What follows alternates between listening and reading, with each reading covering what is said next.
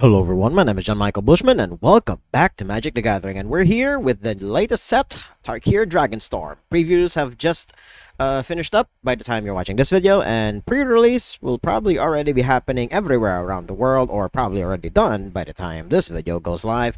And we're going to be having our usual quarterly, I guess, or semi-quarterly Pauper set overview. And it's now here for Tarkir Dragonstorm, the latest set, standard legal set for Magic the Gathering.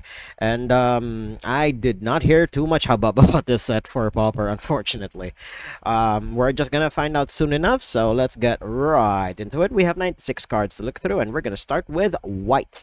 And we're gonna go down by colors, of course. And the thing about Tarkir, by the way, this set is all about multicolored stuff. I'm just hoping that there will be multicolored common cards by the end of all this, but if there aren't any, then at the very least, uncommon enough, there are a lot. And I've already gone through, just skimmed through the entire set, and there are a lot of multicolored cards, and I didn't quite notice if there were commons among that pile. So we're going to start with Arashin Sunshield, a 4-mana 3/4. When it enters, exile up to 2 target cards from a single graveyard. Graveyard hate, but sadly way too expensive. You can have stuff like Nihil Spellbomb or Tormod's Crypt for much cheaper, unfortunately. There are way cheaper effects for this, unfortunately, and it's pseudo removal, definitely more for limited environment, but for actual constructed, highly likely no. Up next, we have Bearer of Glory, a 2-mana 2/1. During your turn, this creature has first strike. So it's a 2/1 with first strike, but only if it's your turn. And then it has a mana sink where creatures you control will get +1/+1 until end of turn. Definitely more for limited. For constructed, stuff like this very rarely flies, unfortunately. So let's move right along to the next one with Coordinated Maneuver with Zurgo stabbing the fuck out of a... What the hell? That's a beautiful ass dragon. Why are you killing it, Zurgo? How dare you? But its effects deals damage equal to the number of creatures you control to target creature or planeswalker. Yeah, obligatory mono white, quote-unquote, removal tool, and then of course destroy target enchantment. So either you remove a creature or you remove an enchantment. I'm assuming there are a lot of enchantments in this set, so I guess that will be relevant, probably more for limited. For constructed, stuff like this, again, there are far more efficient ways to do this. So let's move right along to the next one. Dragonback Lancer. I almost said Dragon Black, I don't know why.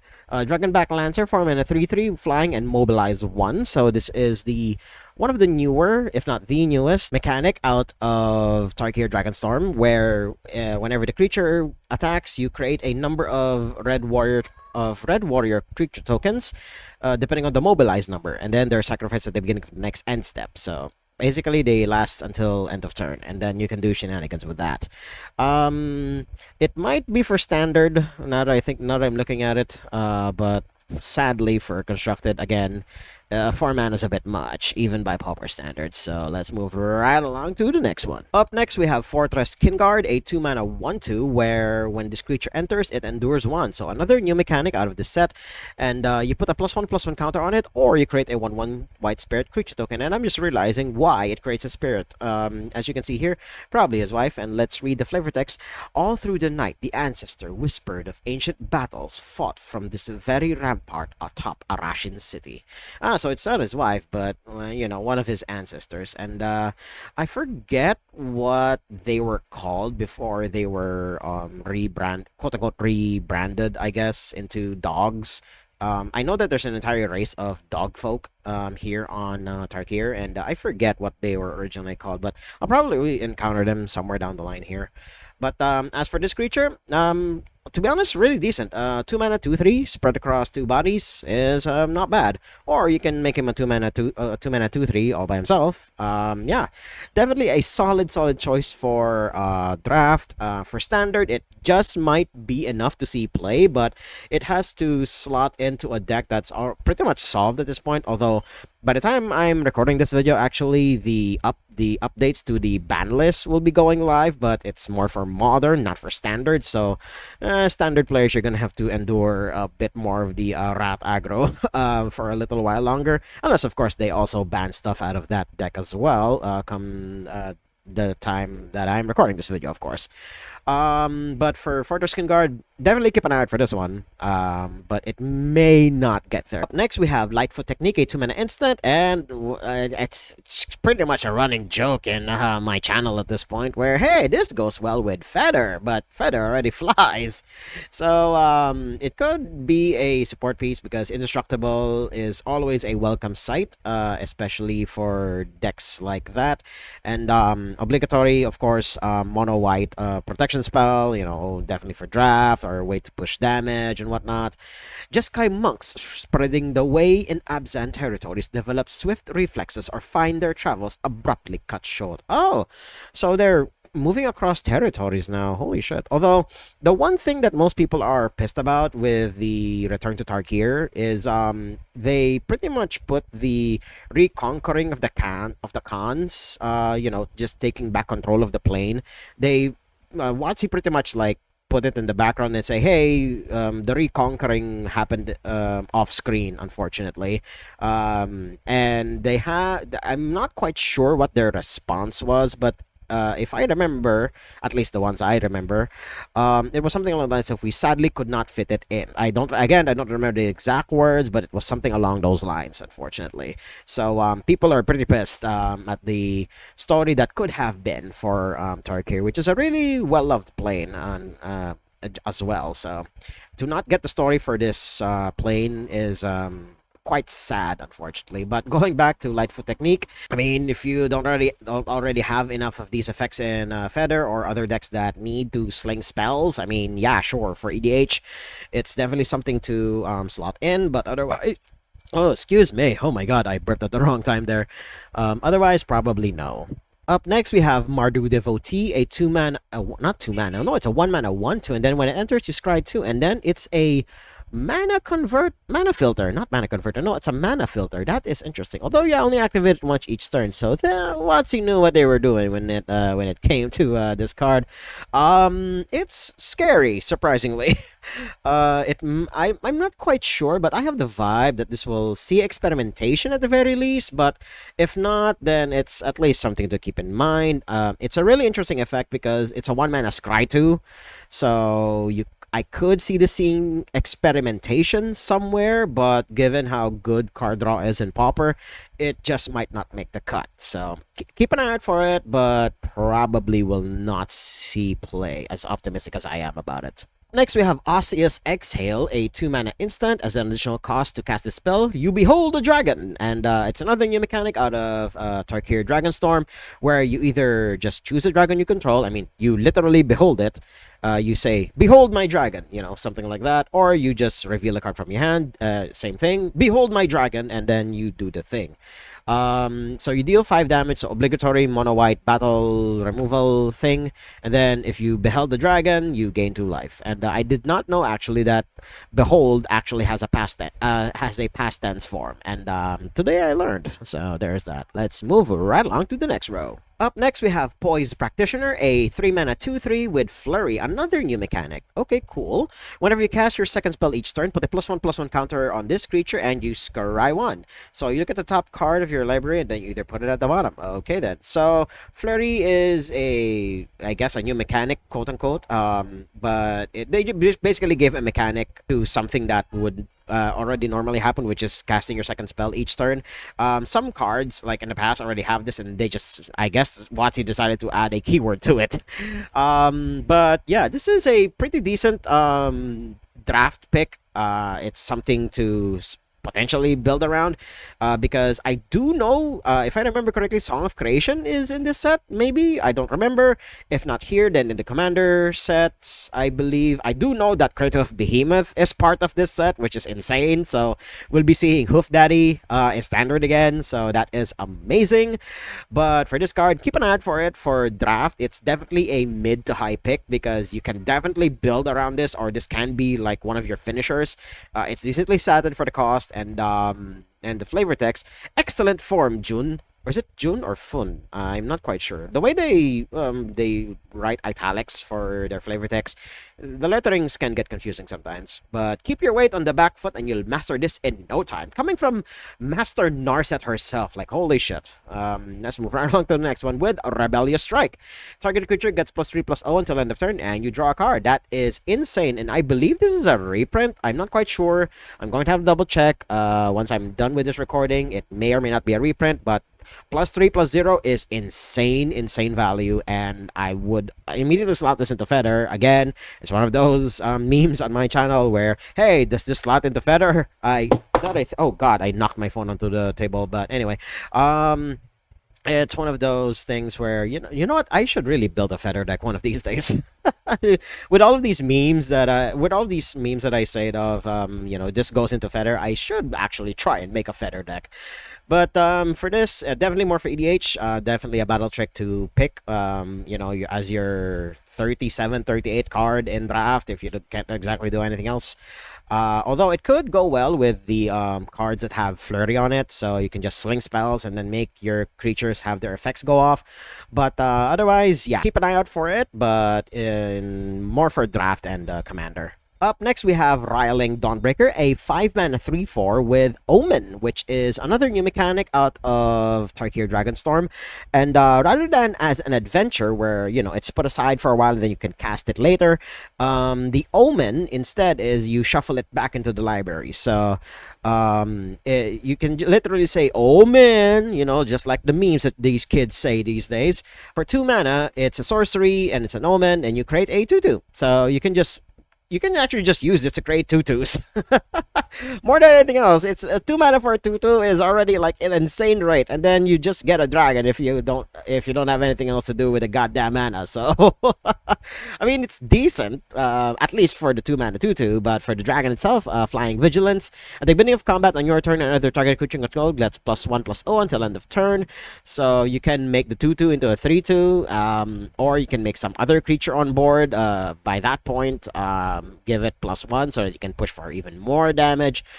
But you're probably only using this for the Omen more than anything else. So yeah, a mid pick for me, middle of the road pick rather. It's not a mid card. No, it's decent, but it's middle of the road for me. So keep an eye out on it, but probably will not see too much play. Up next, we have Salt Road Pack Beast, a 6-mana 4/3, but it costs 1 less to cast for each creature you control, so you can just literally have 5 other creatures on board, and this will literally be 1 mana draw card. That is insane value right there, and you just need 5 creatures on board, or you can just reanimate it.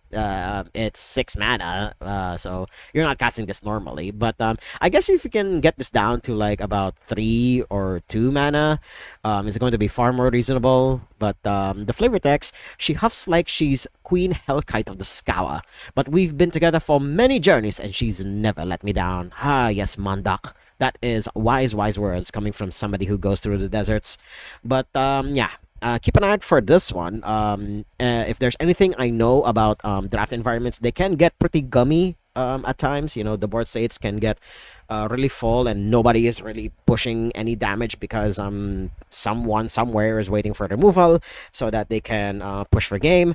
But something like this will definitely clog up the board even more. So there is that. Let's move right along to the next row. Up next, we have Stormplane Detainment, a 3-mana enchantment. When it enters, it's another Oblivion Ring variant. So we keep getting at least one of these every new set. Holy shit. But otherwise, probably highly likely no, unfortunately. And it's it's nearly identical to what Oblivion Ring says. So, and it targets any non-land permanent. So it's definitely temporary removal. So definitely keep it in mind for draft. This is like decent ass removal, and it features both Narset and Elspeth on the art, which is Elspeth saw their capture as an inconvenience, costing them precious time. Narset saw it as an opportunity to recruit allies to their cause. Oh my god, Narset. What a journey you've been through, girl. But for constructed, no. For draft, yes, definitely yes. So let's move right along to Tempest Hawk, which is a 3-mana 2/2. Already, I am disappointed, but when it deals combat damage to a player, you may search for a library. Oh, a deck can end. Oh, wait a minute. Hold the fuck up. What the hell? Oh my god. For one more mana, you can have unlimited Squadron Hawks. Really? Really? Oh my god. And I believe Squadron Hawk is from Zendikar, and now we have Tempest Hawk. No, you're not going to get rid of my boy that easily. How dare you? Yes, you can have any number of it, but good God, I don't think 2 mana is still 2 mana. 1 mana difference is huge, especially in Pauper, where you fight by inches, not by miles. But something like this will definitely see experimentation because there be brewers out there, and somebody somewhere is gonna try to break this thing.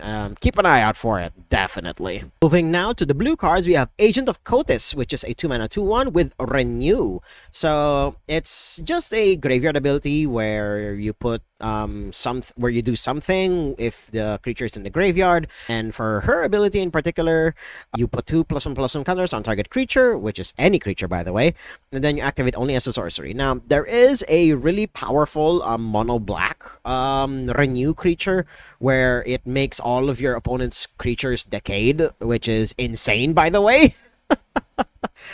It's an insane form of room. They're still on the board, yes, but you're going to dare your opponent to attack you, and then at the cost of their creatures. So yeah, I mean, granted, in 1v1, your opponent is not exactly going to care that their creatures are going to die if you're going to die on the swing turn anyway. So there is that. But in Commander, that creature in particular, I'm going to get to it when we get to the black cards, and I might even show it off at the end of this video, just going through all of the mythics. But going back to Agent of Kotis here, definitely more for draft, unfortunately. So if you have a mana sink, I mean, again, in draft, games tend to go a lot longer. People are trying out new cards. Agent of Kotis will definitely see play somewhere in draft, but in actual constructed, sadly no. Next is Durger Island Dragon, which is another one of those Omen dragons. You tap a target creature and then you draw a card. So there's that. And then it's a 6 mana 4/4 with Ward 2. So it's hard to kill. A decent reanimation target, but again, reanimation decks have been pretty much dead ever since Cast Down was downshifted into common. So there haven't been reanimator decks for a long while now. And of course, Modern Horizons has been doing soft rotation on all of the non-rotating formats ever since its introduction. Seeing this guy see play somewhere, unfortunately, probably no, but for draft, definitely annoying to kill simply because of the ward here. Let's move right along to the next row with Dispelling Exhale. So I'm assuming exhales are this like sub-cycle of cards, so there'll probably be one for each color. Counter spell and then pay 2, then if you beheld the dragon, you pay 4 instead. Okay then. Decent counter spell. Will probably go into every Dragon deck moving forward because it's very easy to have a dragon in hand. And that deck, and or other dragon centric decks for that matter. This is going to slot into all of those decks moving forward. For actual constructed, probably for standard, since dragons are going to be a thing there, and there are a lot of good dragons, especially out of foundations. There are a lot of really good dragons there, so splashing either red or green to this, I'll definitely see the C play somewhere in that format, but in others, again, there are more efficient ways to do what it does. So let's move right along to Focus the Mind. 4 mana for an instant, you draw 3, discard a card, but wait, it will cost 2 less to cast if you cast another spell this turn. So it's Pseudo Storm. This is insane card draw, by the way. 3 mana, draw 3, which is insane, by the way. Just cast one other spell and then you cantrip even harder. Like, good God. Asham discovered it was impossible to learn if he thought he already knew everything. So he only knows what he knows, and he doesn't know anymore, which is a quote that is going to be very familiar to you if you read a lot of manga. But for this card in particular, definitely keep an eye out for this one for Commander, because there will be people who will be trying this card out and they will have amazing blowout turns because they drew like 7 cards in one turn cycle, which is insane.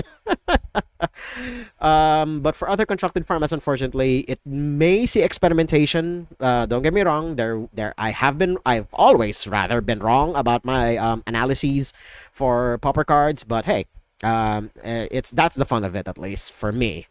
But moving right along to High Spire Bellringer, a 2 mana 1/4 with flying. The second spell you cast each turn costs 1 less to cast. So support more for the flurry archetype that is going to definitely exist in this draft environment.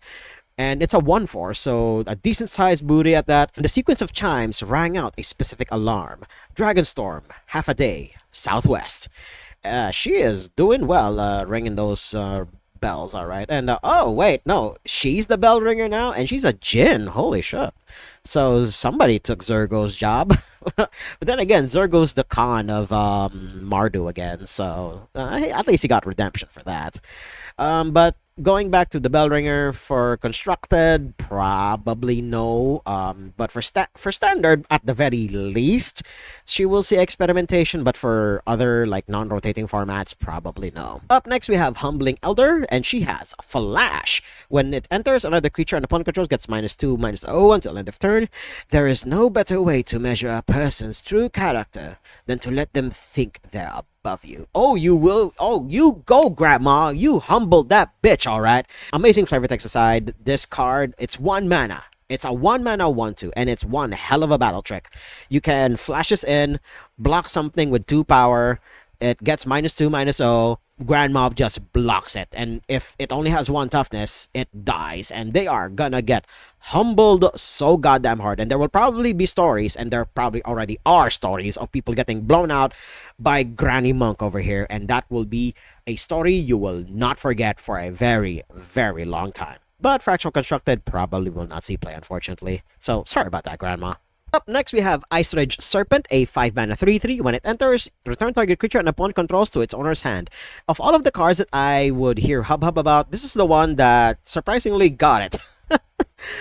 Because people have been comparing this to Mana War, which is a draft staple for nearly the same cost, if I remember correctly, but for even more stats. So every time Mana War is in a draft environment, people love to draft that thing because of what it does, the amount of tempo that you receive out of it. And Ice Ridge Serpent tries to replicate that, and this will definitely be a slot in your draft deck because returning a creature to your opponent's hand is a huge swing in tempo, especially at the mana cost. By the time you're in this point of the game, you'll definitely need to remove some troublesome stuff that is on board. And this serpent is not a snake. No, it's a serpent. No, snakes and serpents are completely different, by the way. Even dragons avoid Glaze Lake in this season. Which of you youngsters can tell me why? Oh, indeed. That is why they avoid the lake. It's even if it's frozen, by the way. So let's move right along to Ringing Strike Mastery, which is an enchantment aura. And it's the obligatory sleep effect. But it's only for 1 mana. Holy shit. Holy crap. It's only 1 mana. Holy crap. That is insane because you would usually get this for like 2 or 3 mana. Why is this only 1 mana? Although you can sink mana into it just to untap it. So that is something. This is going to definitely be an annoying son of a bitch to deal with in draft. But for constructed, I will be scared to think of where I'll see this thing. Good God. Keep an eye out for this one in particular. Oh God. Let's move right along before this one gives me an aneurysm with Riverwalk Technique, which is a 4 mana instant again. For 4 mana, either you counter target non-creature spell or an effect that is becoming more and more common as the years go by, where the owner of target non-land permanent puts it either on top or at the bottom of the library, and that is insane. And this effect has already seen play in multiple mono blue shells, like everywhere. And I am not quite sure if this will replace the one that came out of Modern Horizons yet, but I can definitely see this seeing experimentation somewhere. But we're just gonna wait and see. I mean, 4 mana to counter target non-creature spell is definitely a bit much, but you're playing this mostly for the tempo swing that the first choice gives. Since the re-establishment of High Spire Monastery, its favored fighting styles have also resurged in popularity. So you will be like water, because, Riverwalk Technique and whatnot. Let's move on right along to Sibsig Appraiser, a 3 mana 2/1. When it enters, look at the top 2 cards of your library, put one of them into your graveyard, and one of them into your hand. So it's Pseudo Surveil. It's like a curate on legs, if I remember that spell correctly. Oh, I can absolutely verify its authenticity, chuckled Sarnai. I was there when it was made. Oh god. Oh right, she's a zombie. Of course they would know because they're a zombie. Oh, the flavor text sometimes. That's also something that I've been actually meaning to do for Hearthstone in particular for the longest time, where I just go through cards and read their flavor text because some of them have amazing, amazing flavor text. Most of them are puns, though. None of them are, some of them are rather are call outs to older stuff in either Warcraft or some other game that Blizzard has made. Like in particular, there's a card in Mage called Blizzard, and the flavor text just says this spell can be very entertaining. So like there, it's like that Obama meme where they put Blizzard puts a medal on itself. But going back to Sibsig Appraiser, definitely we'll see it in draft, but as a very, very low pick, unfortunately. For constructed, definitely highly likely no. Up next, we have Snowmelt Stag, a 4 mana 2/5 with Vigilance. During your turn, this creature is a 5/2. Holy fucking shit. And then for 7 mana, this creature can't be blocked. Even in draft, that is bad. What the hell? I think you'd rather block with this thing. Good God. Oh my. Well, actually, no. You don't even want to block because during your turn it becomes a 5/2. So you're more incentivized to use this as an attacker rather than as a blocker. Oh wait, no. Yeah, it's only during your turn it becomes a 5/2, and then on any other turn it becomes a 2/5. So yeah, you're more encouraged to block with this thing rather than attack with it. So that already is pretty goddamn bad, unfortunately. So yeah, not for draft. If you can't pick anything else, sure, pick this one. But for constructed anywhere, definitely no. Up next, we have Teamer Devotee, a 2 mana 3/3 with Defender. Ooh, that's one hell of a booty. And then for one colorless, it filters mana. Okay, cool. This would have been so useful if it were what was that color combo? Bant. Yeah, banned if it were if the color red here was white instead. Okay, these players are gonna be frothing at the mouth at the sight of this thing. Good God. But unfortunately, it's in Teamer, so it's not going to be there, sadly. But for Pauper, probably no. This is stuff like this is definitely more catered towards draft.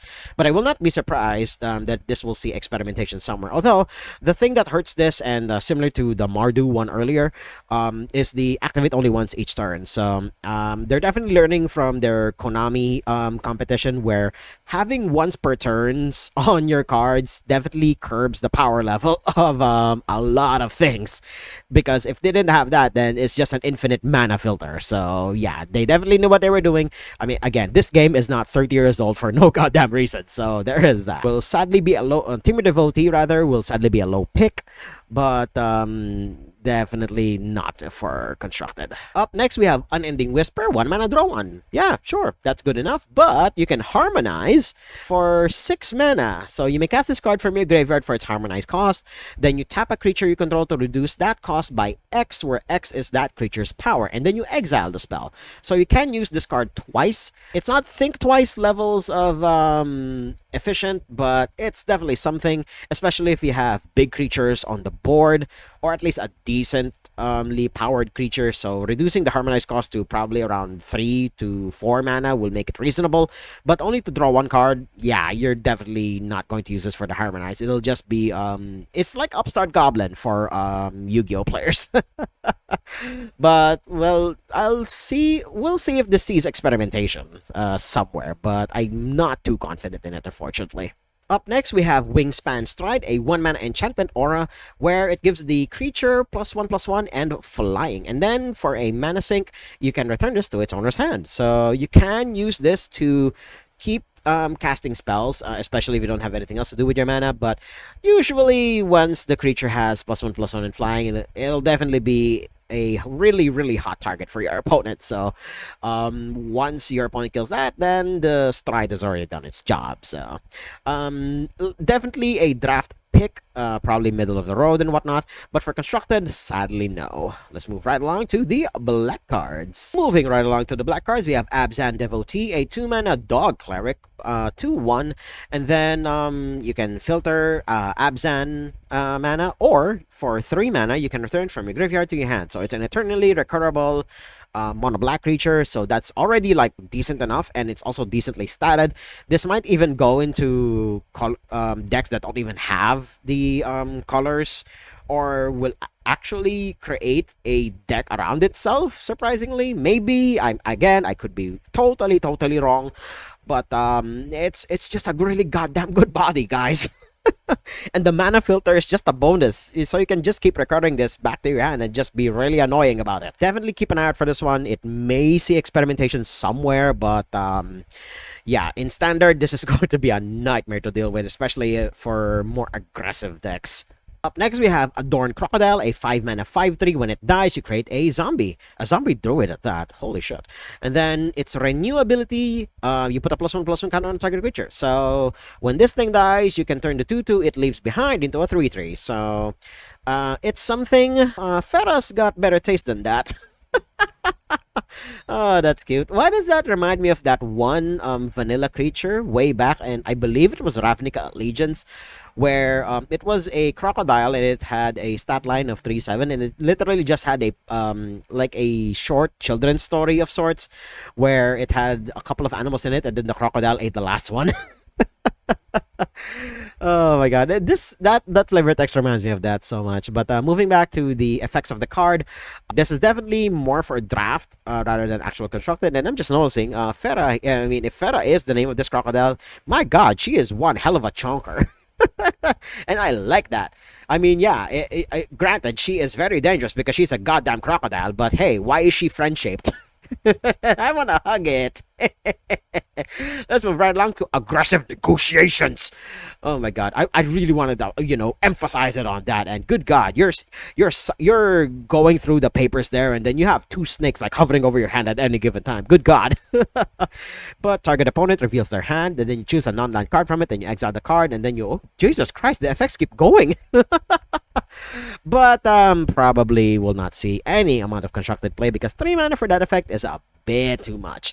Then again, Deep Cavern Bat is seeing play like extensively because it's goddamn 2 mana. So I will be surprised if this sees play in standard.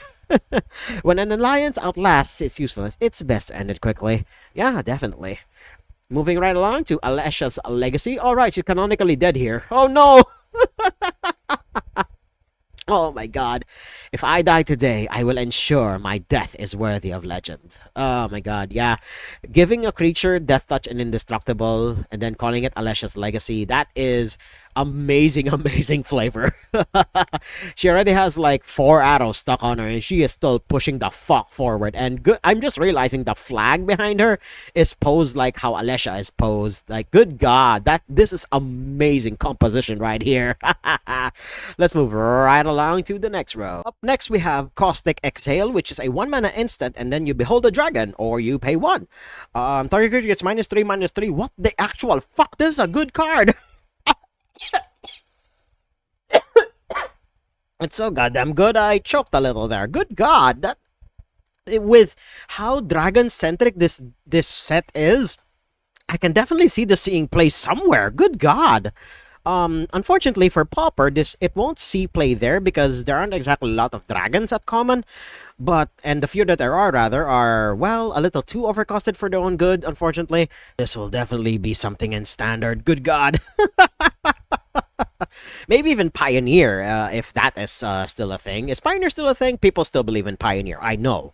I talk to customers all the time, and they miss the Pioneer format. Good god.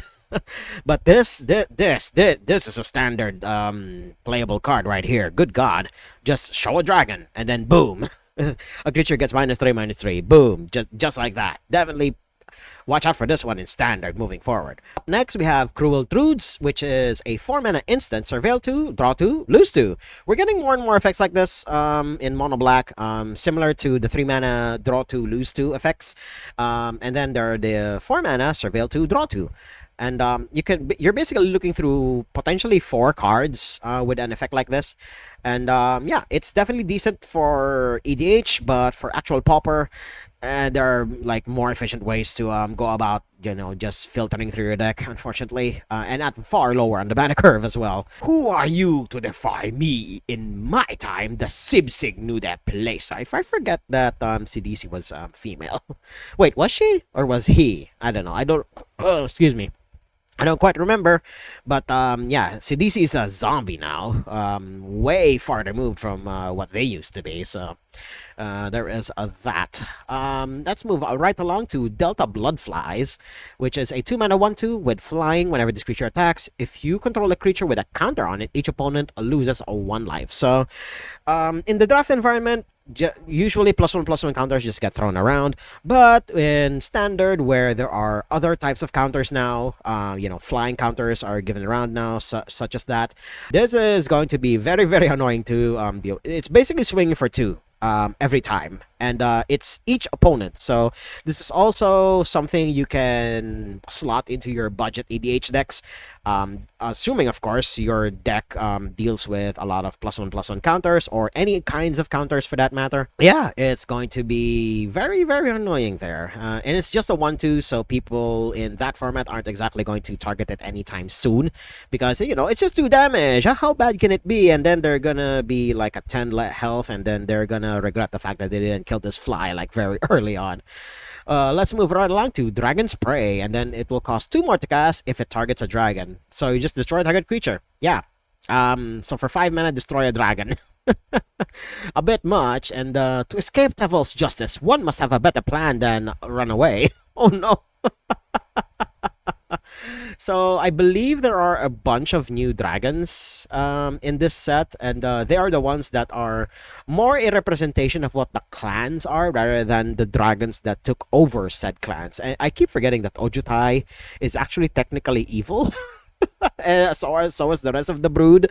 5 mana to kill a dragon. There are better ways to do it, unfortunately. And 3 mana to kill a thing. Although granted, it's easier on the color requirements, because usually murder effects are like 1 black black. This one is just 2 generic and then 1 black. So definitely easier to cast. Will definitely slot into a lot of black aligned decks in draft, but for actual constructed, probably no, sadly. Let's move right along to the next row. Up next, we have Feral Deathgorger, a 6 mana 3/5 with Omen. You put a +1/+1 counter on target creature and you draw a card. That in itself is already goddamn good enough.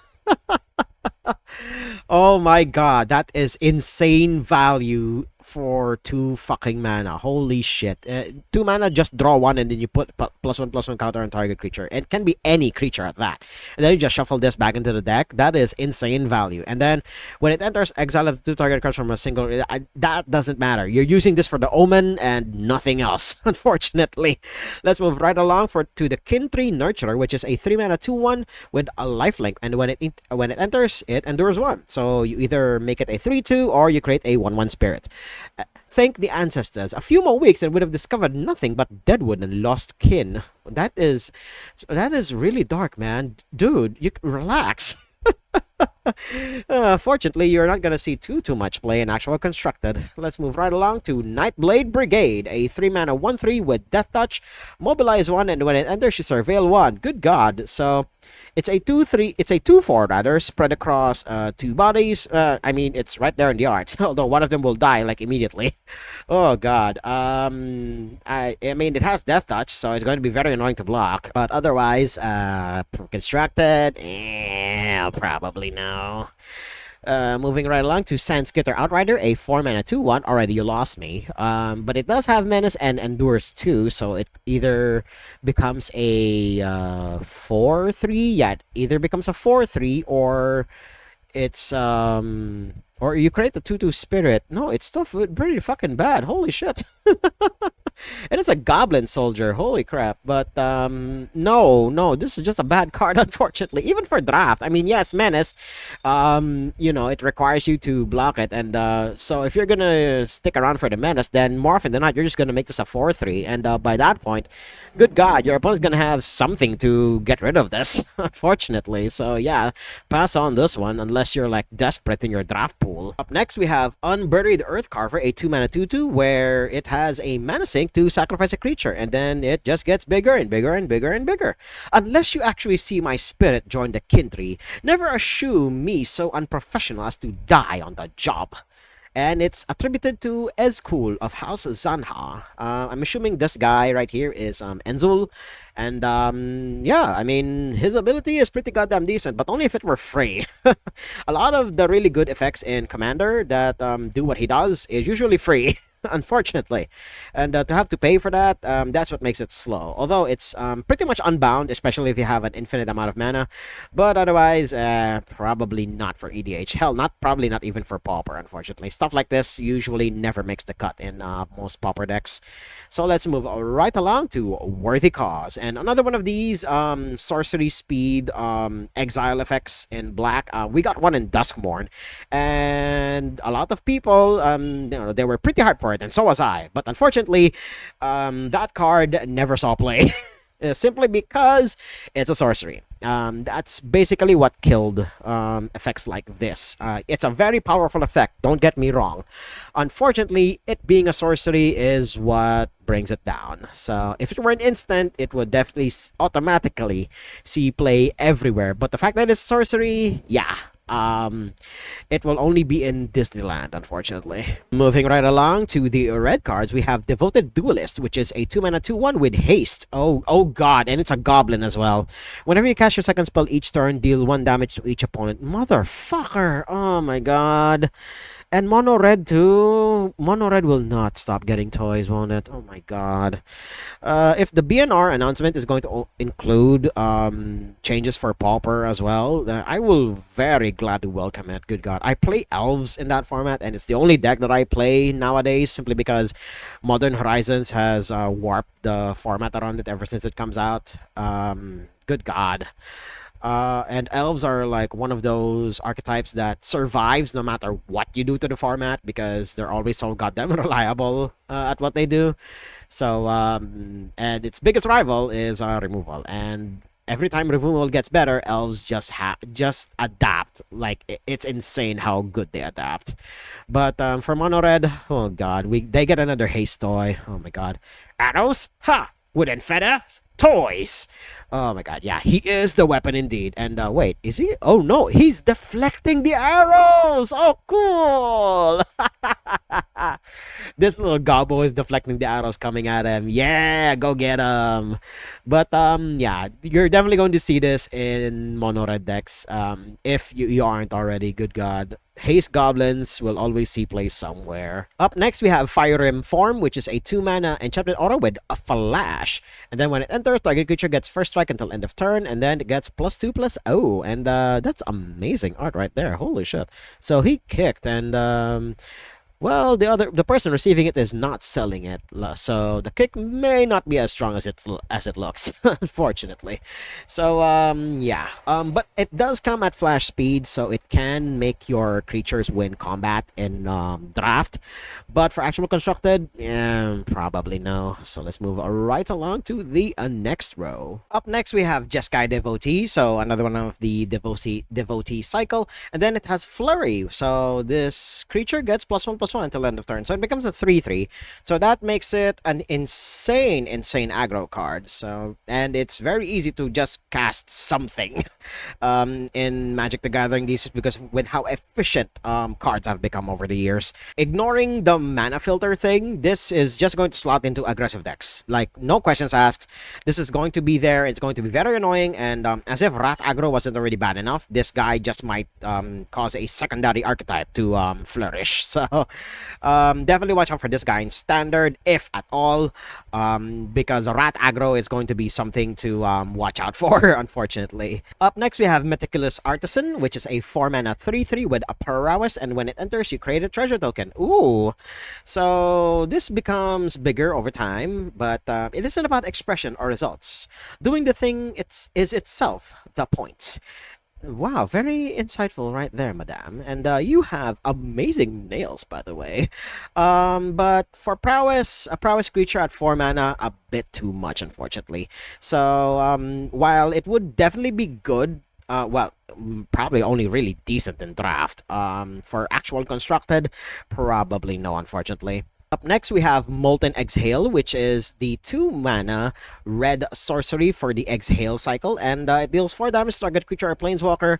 Just need to have a dragon, or oh wait, no, you can cast it if it as though it had flash if you behold a dragon. Oh, okay. So all of the Exhale cards can do an extra effect if you behold the dragon. So some of them just behold the dragon, or you can do one other thing. I believe the caustic one, yeah, you just pay 2 mana instead. So and it's just -3/-3. So yeah, that's already like decent removal in and of itself. So yeah, Molten Exhale, I mean, it's still removal. But it is just a sorcery, so it's a little too slow, unfortunately. You need to be built around dragons in order to just use it at instant speed. So, yeah, maybe not, but I'm definitely low on it. Next, we have Narset's Rebuke, which is a 5 mana instant where it deals 5 damage to target creature, and then you add Jeskai colors, and if that creature would die this turn, you exile it instead. With a swift motion, Narset struck Sarkhan down. She would not let his fevered dreams of draconic dominance come to fruition. Not after all she had done to free Tarkir. So she literally fixed the goddamn timeline. So Sarkhan was at it again, and Narset stopped him. Good God, girl. Thank you. Oh my god. Why don't you just kill the bastard? Good god. But sadly, yeah, 5 mana is a bit much, even if it does discount itself by getting you 3 mana back. Sadly, no. No, just no. Let's move right along to Rescue Leopard, a really good kitty right there. Whenever this creature becomes tapped, you discard a card, and if you do, you draw a card. The scouts should have been back hours ago. They might be in trouble. I'm sitting Kira. Yeah, and it's also by Eshki Dragonclaw, which is one of the commanders, I believe, from the Tarkir commander set. But this kitty, unfortunately, it needs to be tapped. So you're usually, that in draft in particular, that would just usually mean it's attacking, and with 2 toughness, it'll not survive for very long, sadly. So yeah, definitely pass on this good kitty.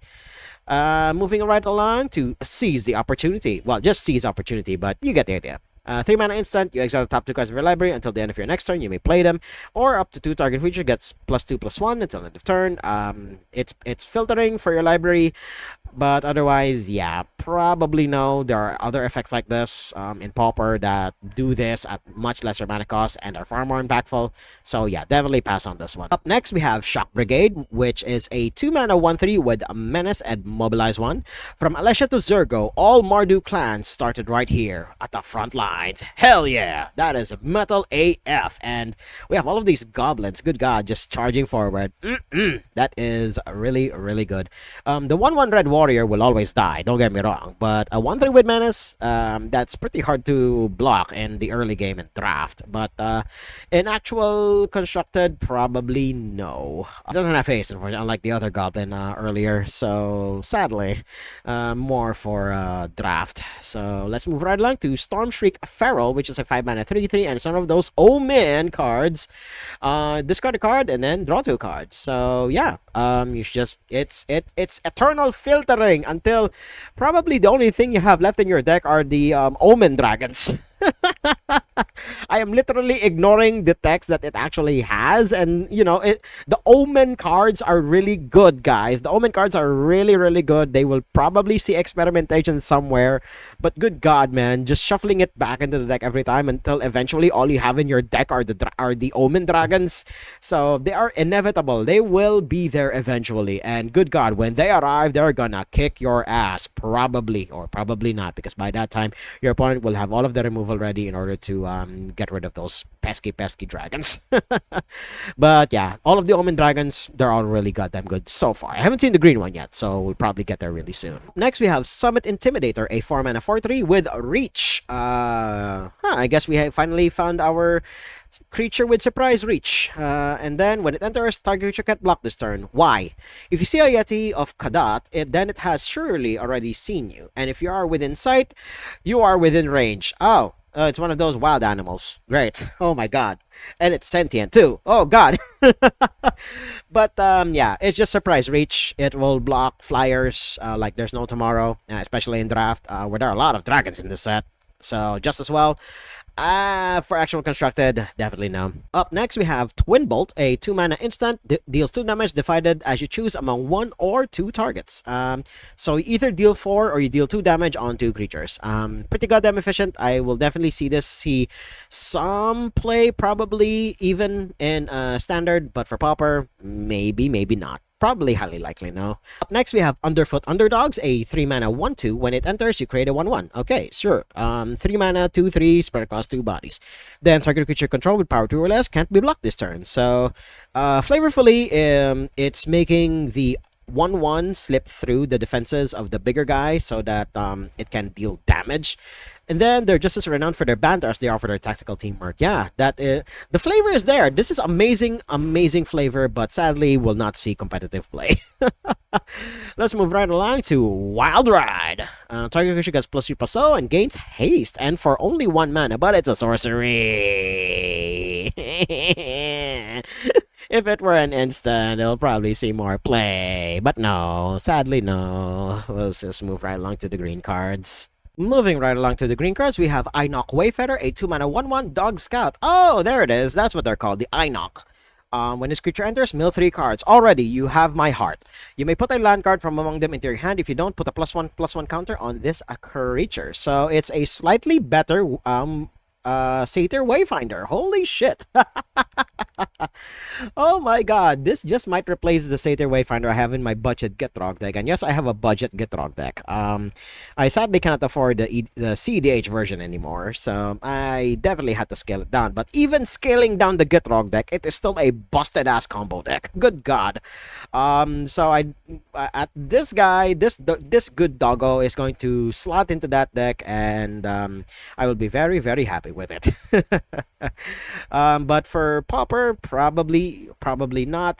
It has to compete against Malevolent Rumble, so it will probably not see play there. But for 100 card EDH, is definitely going to see play somewhere. Next, we have Champion of Dusan, a 3-mana 4/2 with a Trample, and then its renewability. You put a +1/+1 counter on a creature, and it has flavor text.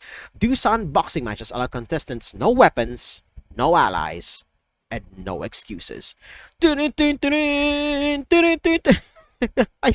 do I suddenly hear like those that announcer in Soul Calibur where they say, to meet their destiny, their steel must clash, or stuff like that. Why am I suddenly reminded of that? I don't know why, but for this card in particular, it's very aggressive, yes, but this card is probably more for limited, if anything, unfortunately.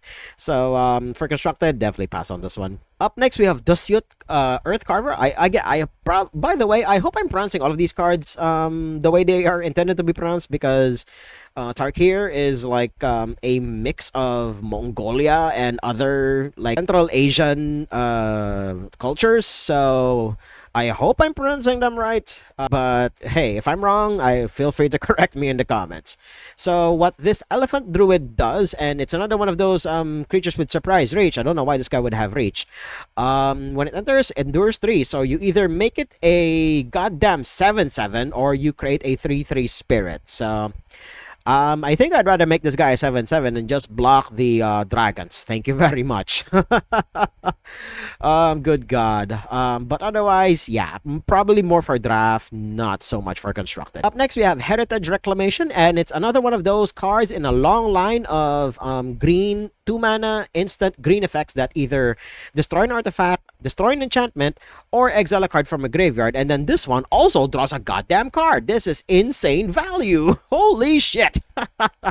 With an echoing crash, the effigy fell. The symbol of Atarka's tyranny expunged from Temur lands. Oh, yes! Hell yeah! Oh my god, Atarka. Again, the dragons are, well, they're not exactly benevolent, but they're not exactly malevolent either. So, they are forces of nature. I think we can put it at that. But, yeah, the cons are large and in charge yet again after everything that Sarkhan did. Because, of course, everything was Sarkhan's fucking fault. Moving right along, we have Krotik Nest Guard, which is a 3-mana 4/4 insect. Note, it's not a spider, it's just an insect. It has Defender, and then this creature can attack this turn as though it didn't have Defender. This is just bad. Move right along. Piercing Exhale. This is the green one, and then you just behold the dragon.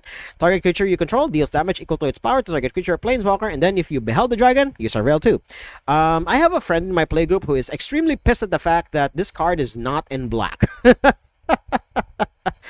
Oh my god, and he literally just said, why can't black have toys like this? And it just keeps giving it to green. I told him, well, but yeah, this will definitely see play somewhere because of the surveil, especially in either Abzan or Sultai decks, who love to mess around with the graveyard.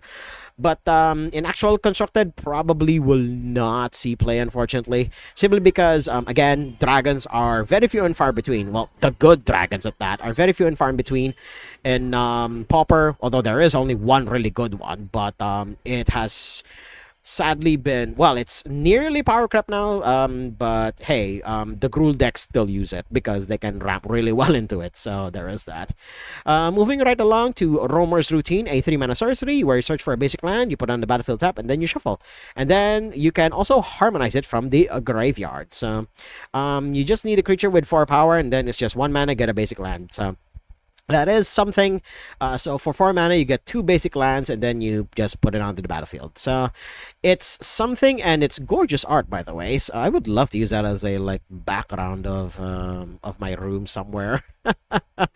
But yeah, probably see play in standard because that format is slow enough to accommodate stuff like this. But for actual constructed, no, definitely no. But for Commander, yes, definitely a solid yes for me. Up next, we have Sagu Pummeler, a 4-mana 4/4 with Reach, another one of these creatures with Surprise Reach, but then again, it's standing on top of a tree, so there is that. And then it just has Renew, where it puts 2 +1/+1 counters on. Wait, it also puts +1/+1 counters and Reach on target creature. Oh, that is insane value. So you can use this guy to block a dragon, and then you renew it, you give another creature a way to block a dragon. So like talking to a Grokmol, Tarkir expression meaning a failure of diplomacy. That is one hell of a flip. That's one hell of a flavor text, so let's move right along. Next, we have Sagu Wadling, a 5-mana 3/3 with Omen. You search your library for a basic land card, you reveal it, and you put it in your hand, and then you shuffle. And then when the creature enters, you gain 3 life. Okay, cool. Sadly, no. There are probably better ways to go about this, but gaining 3 life can matter, especially in Pauper, but it's only a 3/3. If it were a 5/5, I would be far more accepting of it. But since it's only a 3/3, it's not exactly going to live too long. Literally just one lightning bolt or having multiple creatures attack all at once, it's not going to block too well, unfortunately. So yeah, definitely pass on this one. Up next, we have Sarkhan's Resolve. You destroy target creature with flying, so obligatory dragon killer right there. Or you give a creature +3/+3 until end of turn. With Taigam whispering encouragement in his ear, Sarkhan threw aside his misgivings. The ritual would return him to his former glory. All he needed was a dragon's heart. Oh, so it was Taigam's fault that Sarkhan became dragon crazy again. I see. Are we gonna have Bolas 2.0 because of Sarkhan and Taigam? Actually, no, probably more Taigam than Sarkhan, because Sarkhan's just a blind fanboy. I'm scared of the implications of this moving forward. Let's just move right along to the next one. Up next, we have Snakeskin Veil. This one I know is a reprint. Good God. This is a good card. I don't need to mince words. This is a goddamn good card. Put this into your deck. If you have the space for it, you will not regret it in this side. I still have the Strixhaven Japanese alt art of it, and it is amazing to look at. I will never be replacing that in my budget Gitrog deck, no matter how many times it gets power creep, because it is a beautiful piece of art to look at. But moving right along to Sultai Devotee, this is another one of those cards in Devotee cycle. It has Death Touch, so very annoying blocker, very annoying attacker as well, so definitely will slot into draft. But for constructed, sadly, no. Moving right along to Trade Route Envoy, a 4-mana 4/3. When it enters, draw a card. If you control a creature with a counter on it, if you don't draw a card this way, you put a counter on this creature. So another Inoc doing solid work. The Abzan pride themselves on the safety of their roads. To reject their escorts invites storm and sorrow. Yes, indeed, and they are good boys at that. Sadly, we'll not see playing constructed, and that's just a sad reality. Up next, we have Undergrowth Leopard, a 2-mana 2/2 with Vigilance, and then you sacrifice this creature for 1 colorless mana to destroy target artifact or enchantment. So, Thrashing Brontodon may have just been power crept. Because Thrashing Brontodon is 3 mana. So you don't need to wait for 4 mana now. You just need 2. Oh my god. Thrashing Brontodon may... Oh my god. I am gonna miss that dinosaur because of this cat now. And it has Vigilance too, so it's even a decent blocker at that. Oh my god. I'm gonna miss that dinosaur. Yeah, this will definitely go into decks. If not standard, probably somewhere in Pauper, but good god. Oh my god. Let's move right along to... finally, we do have multicolor cards that are uncommon. That will be very, very cool. But I am actually a little scared in particular for their mana costs. Because with the way they're all formatted, this would actually mean that a lot of decks that can only produce colorless can very easily play them. Granted, they'll need to pay 6 whole mana for these effects. And, well, with Eldrazi being one of the top dogs in Modern, hell, even in Legacy right now, there will probably be some experimentation that will be done with these cards in particular.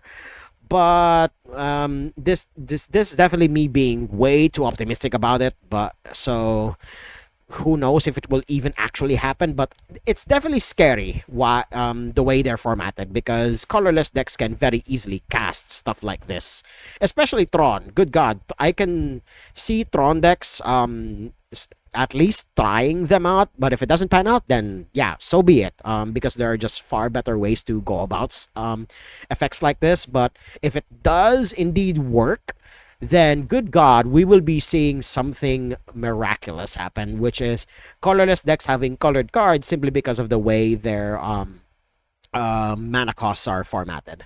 But moving right back to the overview, we have our first, and actually there are only really 5 of them, so 1 for each clan. So we have Reigning Victor, which is an Orc Warrior. So you mobilize 1, and then when it enters, target creature gets +1/+1/+1, gets indestructible until end of turn. So you can make him a 4/3, and then he just swings in later. Oh my god. Wait, no, it's only until end of turn. Good God, he's just a bad common. Although, one thing that I have seen talk about this guy in particular, but not because of the effect, but because of his goddamn wide-ass neck. Like, why is his neck so goddamn wide? Those are the only conversations that I see about this guy, and it's all about his neck. Good God. Let's move right along to Temur Tawnyback, which is, for the same mana cost as Reigning Victor here. And then when it enters, you draw a card, then you discard a card. A bit too expensive, unfortunately, for either 3 mana or any combination for that matter. Hell, you can even pay the full 9 mana just to get an effect like this. But yeah, on average, people will probably be paying around 4 mana for effects like this. So probably will not see play as well, sadly. A bit too much, if you ask me. Moving right along to the other multicolor cards, we have Reputable Merchant, which is a human citizen. So it's not the turtle. Oh, you disappoint me so much, Watsy. When it enters or dies, you put a +1/+1 counter on target creature control. Dried durian from the Marang River Valley. Candy cherries from the slopes of Kori. Genuine dragon scale cookware. Hell yeah, you go get 'em, girl. But I'm more interested in the turtle. Can I pet the turtle? I want to pet that turtle. He looks like a really good boy. I want to pet that turtle. But in constructed, sadly no. Probably not even in draft.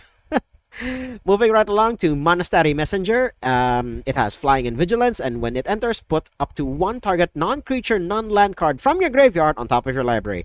With its stance, why does it look like that one Sphinx that dominated Standard for a while? I forget its name, but it's doing nearly the exact same pose, but instead of its like front paws, it's he's gliding with his knees instead. Laniao, I hope I pronounced it out. Laniao's sword from High Spire Monastery, all throughout Tarkir, carrying messages for monks and villagers alike. That is Wow, that's really scenic flavor text. Like, holy shit. And yeah, given the background as well, yeah, he is definitely flying around. Like, good god. But for constructed, sadly no. Then finally, the Sultai one, Gurmag Nightwatch. When it enters, look at the top three cards of your library. You may put one of them back on top and then the rest in your graveyard. The Fishers were probably exaggerating the size of the crocodile they spotted, but maybe they weren't. Let's check it out. That's how you die. Those are literally the last words before you die, right there. Let's finally move to the artifacts. And the first one we have here is Boulderborn Dragon for 5 mana 3/3. Whenever it attacks, you surveil 1. Alright, cool. And it has Vigilance as well, so it's a decent blocker at that.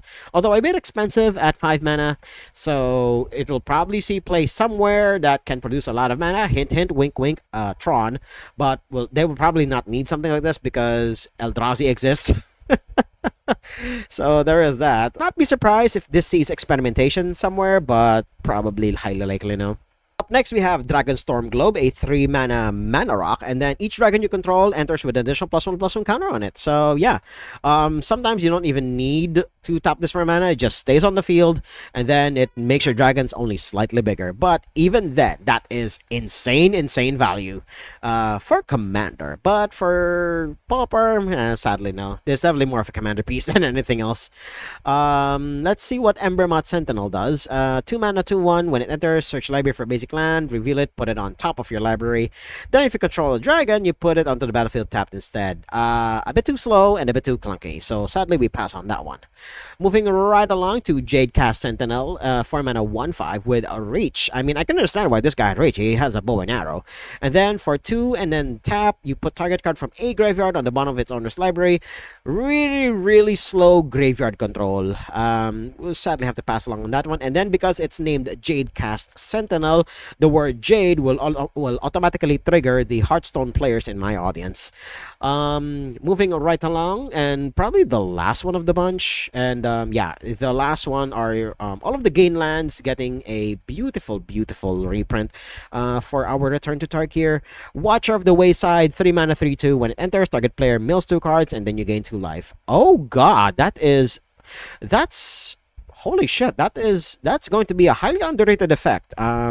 It's 3 mana, yes. There are better ways to mill your cards in Commander, but I can definitely see this guy getting experimented on somewhere because it mills, and oh boy, and it's incidental life gain as well, so that could be something. But otherwise, yeah, keep an eye out for this one for Commander, but for actual Pauper and other constructed formats, sadly no. And yeah, that is the end of our overview for Tarkir Dragonstorm. And good god, the Omen cards are good. I'm literally going to say it that way every goddamn time. You cannot stop me every time I say Omen, because it's been stuck in my head ever since my playgroup kept saying it for a certain period of time. But otherwise, yeah, it seems to be a decent set. Tarkir Dragonstorm, or just Dragonstorm in general, it seems to be a decent set. And as I promised, we're going to look at some of the mythics that are in the set, and it will show a bunch of the other ones that are special. And here it is, the Rot Curse Rakshasa. This card is pseudo. It doesn't seem like it's removal because it turns all of the creature of your opponent creatures into decayed creatures, but that means if they attack at all, they're gonna die.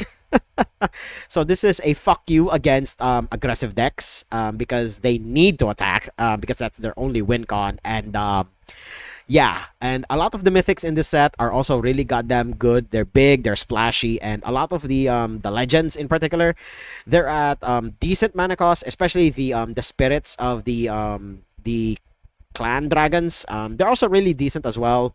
But yeah, and also we got a new Mox. So, whoo boy. Then of course, there's also Ugin, but that's again, all of these things, they're for a different conversation for another time. But we're gonna cut it here, and yeah, if you guys like what you saw, hit like, comment, subscribe, and share it among your friends. And until next time, toodles.